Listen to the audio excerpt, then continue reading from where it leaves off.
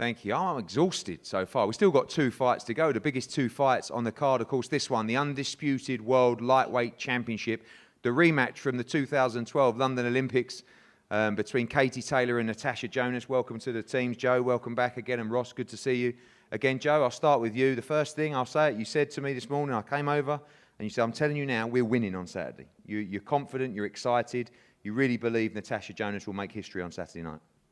Yeah, we wouldn't be here if we didn't think that, Eddie. Listen, it's good to see the bookies are giving Natasha a better chance of beating Katie than they did Terry Harper. Do you understand? That's good for a start. Listen, it's friends reunited. Katie Taylor, what can you say about her? Do you know what I mean? What can you not say about her? What she's done, what she's achieved. She's a national hero back home in Ireland. What she's done for female boxing, amateur for Ireland, and then what she's done for professional female boxing across the world. Just nothing but respect for the girl. But this is the fight business, and come Saturday night now, it's strictly business. Katie Taylor, she's the media darling, and Natasha-Jonas is going into this fight after a great career performance. She won the WBC super featherweight title. Only 2 people in the world didn't think she got it, but apart from that, she's the world champion in my eyes.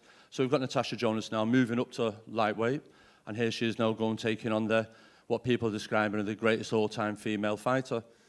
Natasha won her style. This is a fight that if there was to be 3-minute rounds for women's boxing, this would be it. If you go back and watch their London 2012 Olympic fight, it was brilliant.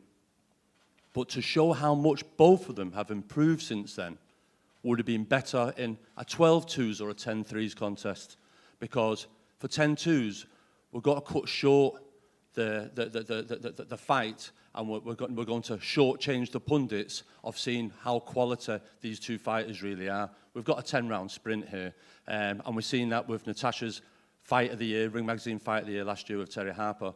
So with that, we're going into this fight. We've got the bookies now beginning to side a little bit with Natasha. They're closing the gap.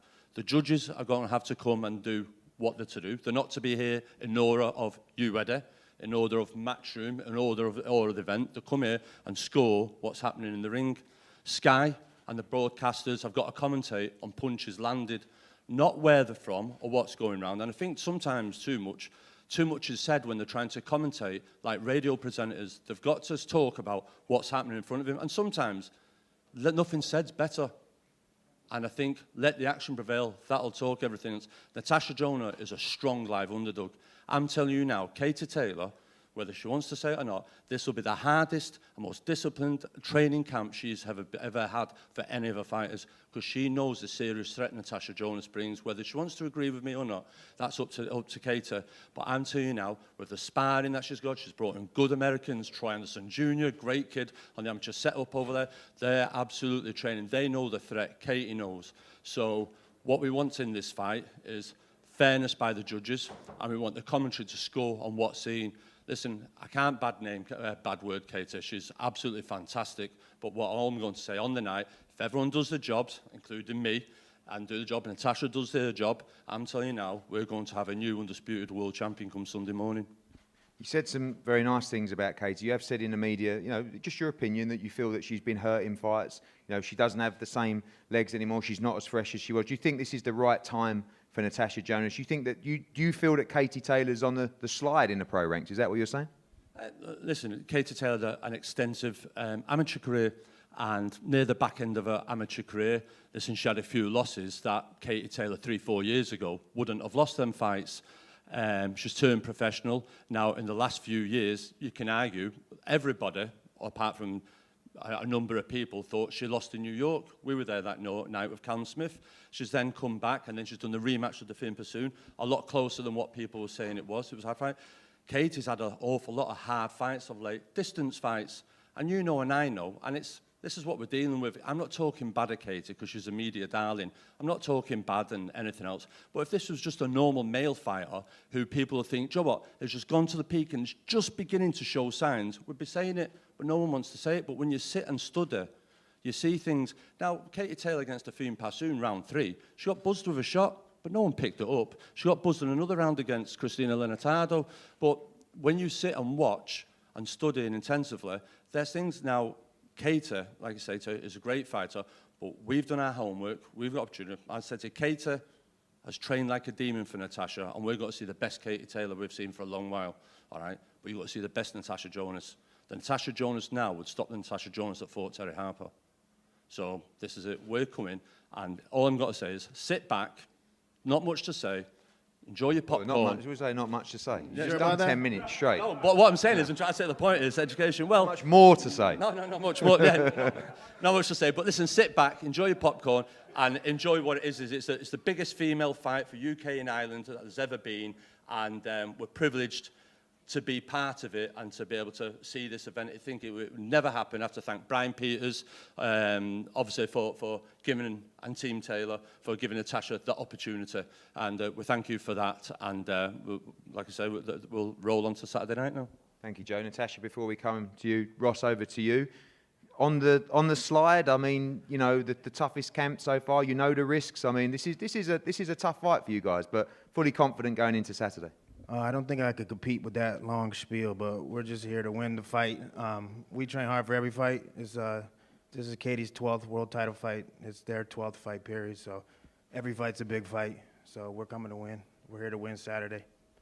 Arguably, last time out, I know Gutierrez wasn't pursued, but one of Katie's sharpest performances last time out. Is that what we should expect again on Saturday? Nothing different. I mean, she's going to be as sharp as ever. So I thought, you know, we looked great the last fight. We beat Pursoon clear in the second fight, regardless of what he's saying over here. Fight before that, we looked great against Leonardo Tal, so there's no slide. You're going to see the best Katie Taylor on Saturday. Thank you, Ross. Natasha, crazy how things work. Of course, you were chasing the Terry Harper rematch. You stayed patient. You didn't take any other fights. Then all of a sudden, the biggest fight in women's boxing presented itself to you. Massive opportunity for you on Saturday night. Yeah, I think every time I'm asked to step up, I do. And I perform. Being the underdog for me is no different. I'm always the underdog on the big night. So the more you tell me that I can't do it, the more I'll prove you that I can. Obviously, going into the Terry Harper fight, although you come back with a few wins, people looked at the Obernorth defeat and maybe still tarred you with that brush. But how much has the confidence risen even further since that Harper fight? I look at all the clips of you and Joe, and you look like you really believe now that you deserve to be up there as world champion. Yeah, you've got to remember that going into the Terry Harper, we'd just come off a lockdown. You know, financially, you know, didn't know when I was going to box again. I had the baby 24/7 because the schools was shut. And I was just in a bit of a pickle about where I was going to go, when the opportunity was going to arise. Obviously, we got that opportunity, and the baby came along to all the sessions, and she was a big part of that camp.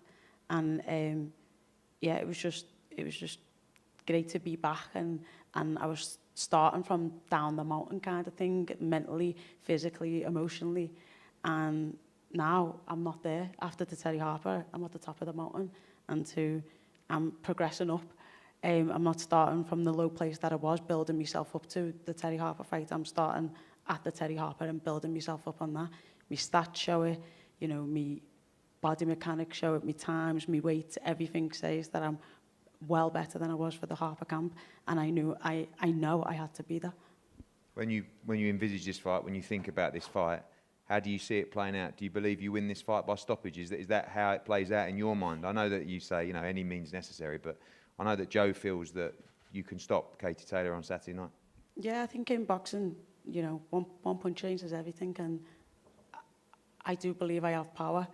I don't like making predictions. I don't want to disrespect anybody by saying that, but yeah, I do believe I've got the power to do so. And after the traumatic experience of round 8 with the Harper fight, I've promised myself, you know, that they are learning curves, and that will never happen again. So if I get that opportunity, it'll be the end of the fight. Katie, welcome back, media darling, apparently, and, you know, undisputed world champion. This is a fight that's just continued to gain momentum. Of course, it's a fight that we talked about when you turned professional. At one point, we didn't think it would happen, but now it's here. You know, comments obviously from Joe that you've taken this camp seriously. I know you take every camp seriously, but you know the danger that Taylor-Jonas presents. This is why we're taking the fight, and we don't take any easy fights. I'm in this sport to fight the best, and In terms of training camp, our training camps are pretty much always the same. We train for every single fight as if it's going to be my hardest fight to date, and my mindset, my mentality just doesn't change from fight to fight. So, yeah, looking forward to a great fight on Saturday. I know you've got great amateur rivalry, of course, everyone remembers the Olympics from 2012. Is that irrelevant at this stage? I mean, people talk about it, it's a great narrative, but you're both completely different fighters now. Yeah, exactly. The fight was 9 years ago. You're right, we're both very, very different fighters now than we were back then. I think we've both developed and matured into great pro fighters, and I think the fight is going to be completely different on Saturday night than it was in the London Olympics. You know, what works in the pro game doesn't work in the amateur game, and vice versa, and this is a completely different fight. You haven't got loads and loads of professional fights. You did have a huge amateur career as well, and Joe, as nicely as he could, said that he just thinks you just might be on that way down. Do you feel like you're in your prime right now in terms of your training camps? I know you put a lot into those camps, but in terms of your performance, you feel like this is the absolute peak of Katie Taylor? Yeah, I think so. I think my last few performances have showed that as well. I think I've shown my best in my last few performances. Like Ross was saying, Leonardo had a Pursuing fight, the second fight against Pursuing, and then my last fight were probably my three best performances as a pro. So I feel like I am definitely improving and getting better each time. Well, thank you, Ross, Katie. Thank you, Natasha and Joe. And whoever's phone that is, let's see who it is. Spencer Oliver. Can you believe that, Spence? Bad form, bad form. So disrespectful to a fantastic fight, the undisputed lightweight championship. This is a momentous occasion. You know what? I think women's boxing has got to such a level, we don't even talk about women's boxing anymore. This is just a massive fight. And well done to everybody involved in this fight for making it happen. These are the kind of fights that we need to see. And I do believe on Saturday night you'll get a thriller between Katie Taylor and Taylor-Jonas for the undisputed World Lightweight Championship. If we could have a head-to-head here, please. Thank you very much.